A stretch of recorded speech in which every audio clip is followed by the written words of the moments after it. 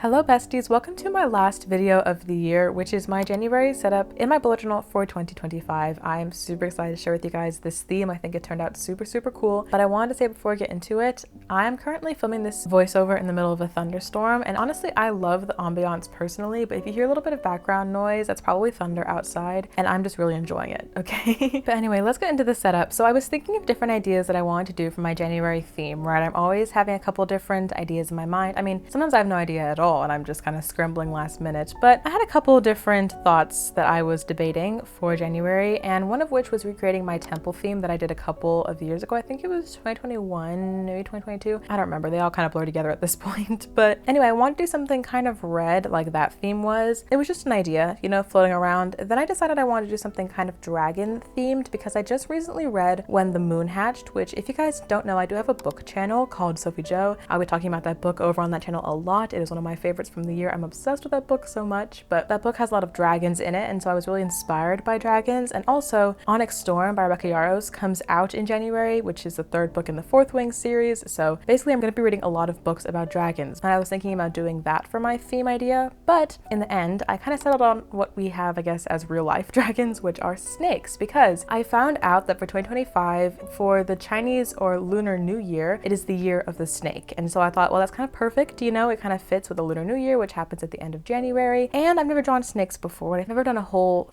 theme based on snakes, and so I thought it would be super cool to do one for this year. Now this cover page, I'm not gonna lie, is freaking awesome. Okay, it's freaking sick, and it was not completely my idea. I completely copied the layout of this snake and this particular type of snake drawing from this picture that I'll put here on the screen. I found the picture on Pinterest, but I found the original creator on Instagram, but I do not remember their name right now, so I'll put their name somewhere on the screen here because I definitely want to give them credit. It was a gorgeous drawing, and they actually have quite a few drawings of snakes that I saw on their Instagram page, but this one really called out to me because it was bright red. Now you guys aren't going to see the color yet. I mean, maybe you saw it on the thumbnail, but I'm going to be using a lot of bright scarlet, orange, and red, and a little bit of pinky tones to color in this snake, and it's going to look super cool. But just about the line art for a second, I used a size 03 for most of the line art on this spread, including the calendar spread on the left. I used a little bit of 05 line art, which is a little bit thicker, to do some heavier accents on the line art, because if you can see where the black is, some parts of the line art is thicker than other parts. This is definitely intentional. I wanted to create almost like where the shadows would be, just to have a little bit thicker line art. It's a style that I often see in like coloring books, maybe comic books, more animated style of line art, and I really liked it for this particular drawing, so I also used that there. And I'm going to be using this red fine liner pen that I just luckily found in my stationery collection for the line art inside the snake. So if you can see like the mouth, the eyes, the body of the snake, and then where the front or the top part of the snake differs from like the bottom side, the underside, like the belly of the snake, that's all done in black line art, but all the fine details like the rings around the snake's body or the belly, the splotches and different like coloring tones I'm going to color in just a second on the actual top of the snake, where the highlights are. I did a lot of cross hatching somewhere just to add like random bits of shadowing and more detail. That's all in red, and I think this turned out really cool because once the full thing is completely colored, you will be able to see the red peek out, because like I said, the entire snake is going to be a very bright orangey scarlet color at the very end. You'll be able to see the line art pop out with the red, but it's a little bit more subtle than if it was black because it's like red line art and red marker put together. So I think it's a really nice effect. That way you still get that line art in there, but it's not too in your face, too scary. Now what was scary for me was starting off with this color page and coloring the snake, because I thought that the line art was good. I thought that the positioning of the snake around the calendar spread looked really sick. I love how the snake is like bearing its jaws over the calendar. I think that looks super awesome. But in the middle of coloring, I had my inspiration picture on the side that I was going to recreate for sure, but I was nervous, okay? It was a little scary to really step into all this bright color all at once, because honestly I use a lot of muted colors more often in my bullet journal. Occasionally I will have a very bright color scheme, and I really do enjoy whenever I do that, but more often than not I like to stick in the pastels, the browns and beiges, the muted pinks and greens. Like I use them so much. If you guys have seen my recent bullet journal setups, you have definitely noticed I've used a lot of the same pens and markers recently, and so it's nice to do something very fresh and new for the new year, for the new month. And for me this month, going out of my comfort zone included bright colors and new color palettes. So I was winging a lot of this. Like I said, it's nice to have an inspiration picture that I was honestly copying. Like it was very much directly inspired by that picture I found on Pinterest, but because I was using water-based markers, it was different because the original artist used alcohol-based markers, and let me tell you, I love alcohol markers. I really do, but I felt for some reason that I wanted to draw directly in my bullet journal for this particular setup, I didn't want to have to draw on separate paper and then glue it in. I had to interpret her alcohol-based marker art into water-based markers. Now, I've done many videos showing you guys the differences between these two types of mediums, so you guys should be very familiar with it, and if you are not, I will link a couple of those videos down below so you guys can go check them out. But basically, one thing that's different about them is water-based markers will not bleed through paper, whereas alcohol markers will, which is why if I used alcohol markers, I'd have to put them on separate piece of paper and glue them in. But another thing is that alcohol markers tend to blend better than water-based markers, and so since I'm using water-based markers here, it did require a lot of back and forth for me to make sure that everything was blended at least decently well whenever I use different shades of the same color, like different shades of orange, that kind of thing. So definitely required some back and forth, and if you look up close, there are some streaks, but it doesn't really bother me. I do not mind a little bit of streakiness in my journal. Now, as far as the coloring went, I used multiple shades of light peachy tones, bright orange, red, and some blending tones in between all of that. So the underside of the snake is the light peachy tone, and I had some patches of that along the top of the snake too. And then I used different shades of like peachy pinky oranges and then a bright orange in like different patches around the body of the snake. I will not lie, on camera it looks like it's all the same shade of orange, okay? But in person there is definitely variation that you can see between the different patches that I did. So although it does seem a little like useless to go take all my time and do different shades of orange when it all looks the same on camera, in person it's a little different, okay? So just take my word for it. But then I colored in the white dots that I left, the white spaces, with a darker red. I also used a darker orange to color in some like circly dots along the snake's body. Added some shadows with a darkerish brownish red. That's also the same color that I used to color in the inside of the snake's mouth, things like that. And that's basically it. Like I said, it's quite a bit of experimentation, going back and forth, blending and blending and blending some more. Honestly, blending a little bit too much in some spots because if I kept going, it may have like torn through the paper a little bit, but I tried not to do that. Anyway, but I think this paper, or this page, I guess, looks really, really good. I think that the snake looks awesome. And I love how you can see the red line art, like I said, through the orange. It's very faint, but it is there. And I think that's a great little detail. All the little bit of cross hatching came through, the highlights on the underbelly of the snake. I also used a little bit of white gel pen to add some highlights to the top of the snake, to do the numbers on the calendar, things like that. And then we're going to move on to the second spread, which is the calendar spread.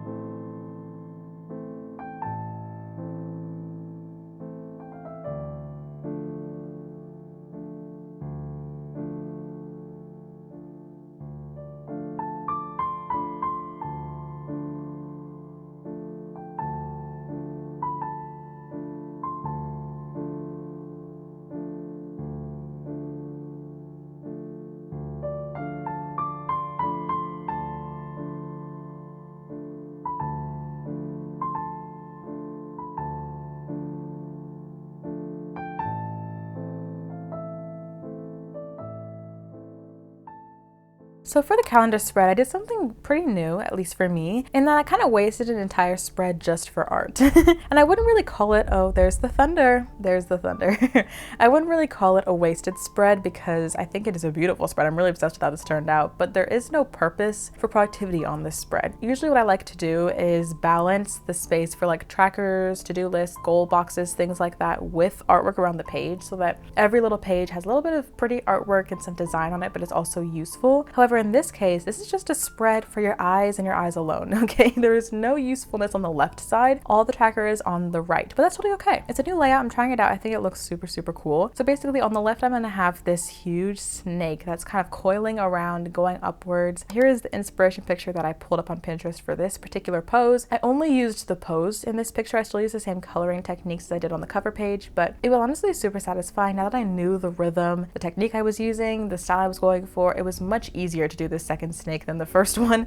I felt a lot less intimidated about it. I felt very confident in what I was doing. It was okay to make some mistakes and it was all going to be covered up really in the end with all those orange and pinks and reds and everything. So I felt very good going into this and I think it looks super awesome. There is a quote that kind of curves around where the snake is placed on this spread. It is very short, but it just says, "Shedding old skin for layers of vibrancy." I thought this was a very beautiful quote, especially in the new year when everyone's trying to start new goals, new habits, things like that. You know, it's a fresh start, absolutely. January. And I love that about the snake reference because obviously snakes shed their skin, you know, so it all kind of ties together. And this made me also think of the words that correlate with the Lunar New Year, Year of the Snake. So I looked it up and it says that the Year of the Snake means wisdom, transformation, and intuition.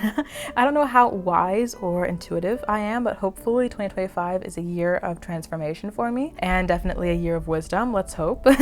I will say that unlike most years, I'm honestly not too focused on goals this year. And this is not necessarily a good thing. Like I really should be focused on my goals a little bit more. I just felt like towards the end of 2024, I honestly completely forgot about my goals. I just didn't focus on them, you know? I had so many other things to do on my mind that I didn't really think of the goals I set at the beginning of the year. Usually I'm very consistent with at least keeping up with my goal trackers, even if I don't meet every goal, because I usually don't meet every goal, that's for sure. I set way too many goals to meet everything. But even if I don't meet everything, I'm always, you know, paying attention to them, reminding myself of them, going back and referencing my goal spreads in my bullet journal or my goals trackers on Notion, things like that. But in 2024, I just really completely neglected it. And so going into 2025, I'm honestly not even that motivated to create goals. Oh, there's more thunder. I still intend to do some kind of goal setting or planning video for the intro to 2025 because I definitely want to start off the year on a good note. And I do think that goal setting in general is very productive and can be helpful, you know. I just don't think your entire life has to be focused around it. I think there definitely can be room in your life for other things and priorities so you don't have to set on January 1st, you know what I'm saying? And I think that that was really shown to me throughout 2024 because I had a pretty decent year, I think. I had a lot of things accomplished this past year. I just didn't necessarily check off everything on the goals that I set. So I don't know, we'll kind of just see how that planning goes for the new video where I'm like planning everything. That should be out in a couple weeks, I think, whenever I finally get my life together for the new year. But all that to say, if my goals are not super crazy or detailed or my top priority this year, I think that's going to be okay. I can, you know, let myself release the tight grip that I have on that a little bit. That's why, if you guys noticed, I didn't put a goals planner in my 2025 new bullet journal spread. If you guys haven't seen that video, it was really, really good. I'm really happy with it. So I'll have it linked down below so you can go check it out. It's the video that I used to set up all the spreads in this journal before I got to the January spreads. But anyway, there's no goals planning spread in that video. So I think if I do any goals planning, it will be on Notion. But again, that'll be in a video coming out soon. So if you guys are not subscribed, definitely subscribe. I post bullet journaling and planning videos every single Saturday. And like I said, the video will be out soon and hopefully it'll be a good one. I'm crossing my fingers.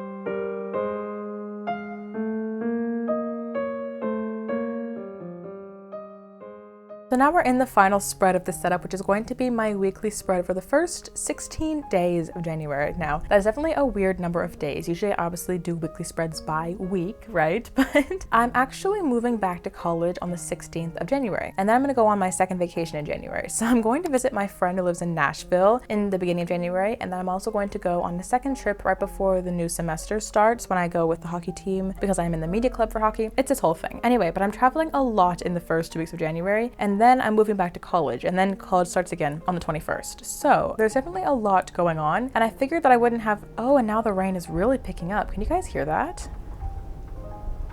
The ambiance is immaculate, but I don't think it's great for filming videos. We're just gonna push through like we always do for these videos. But anyway, like I said, I don't have much time in these first 2 weeks for making my own spreads, so I figured I would just do the first 16 days all at once in a Dutch store spread. I think this lasts from the first Wednesday to the third Thursday, something like that. So anyway, it's a lot of space for planning and saves me time in the future. The spread is super cool. It's a horizontal Dutch store, which means that I cut out one spread in the middle and then I ripped off the top half, almost like you're opening a door in the nursery, if that makes sense. If you've ever been to like a nursery with little kids, like how the door is split in half, that way you can open the top part and see people above it, but the bottom part is closed so little kids don't walk outside. That's kind of what I'm picturing for this. So it's like I ripped off the top half of a spread, and then the spread can flip in between two different sides, and the top half is visible no matter what spread you're on, which is nice because that way I only have to draw one snake and it's the art for two different spreads. Magical.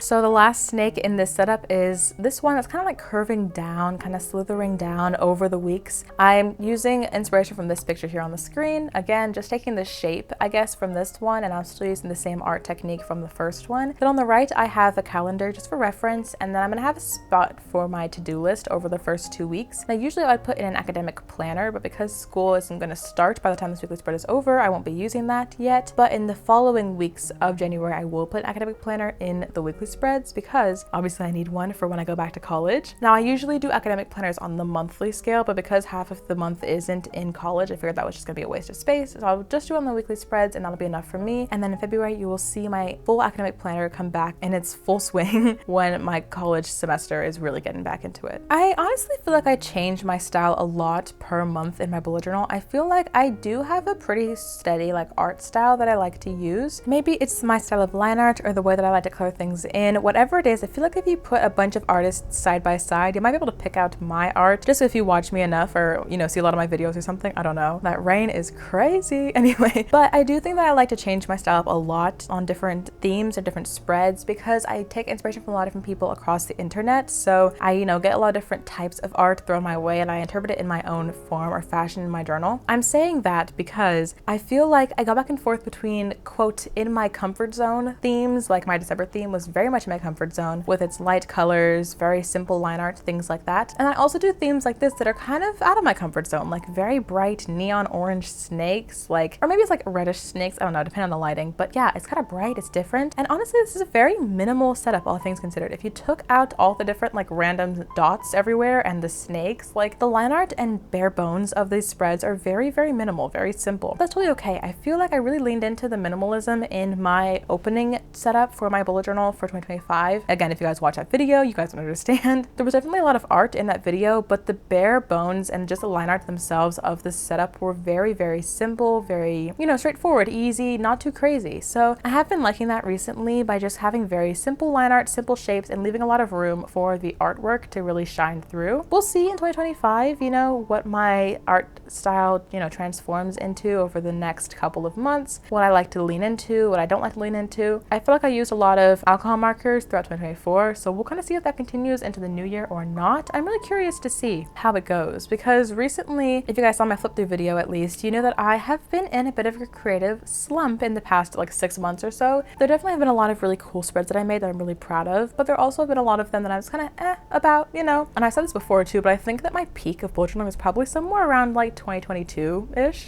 which, you know, I'm trying to get back to that point in my art. So I'm very, very happy with this video. I'm very, very happy with the last one. And I hope that is a good sign going into the future for the next couple of months in my bullet journal. I'm really hoping that I'll have some great theme ideas. I'll be happy with my art, you know, overly happy with my art. And I'm really excited to share it with you guys. So once again, if you guys are not subscribed to my channel and you want to see more art and bullet journal inspiration from me, do subscribe. It is so much fun over here. And I cannot wait to continue sharing my videos with you guys in 2025.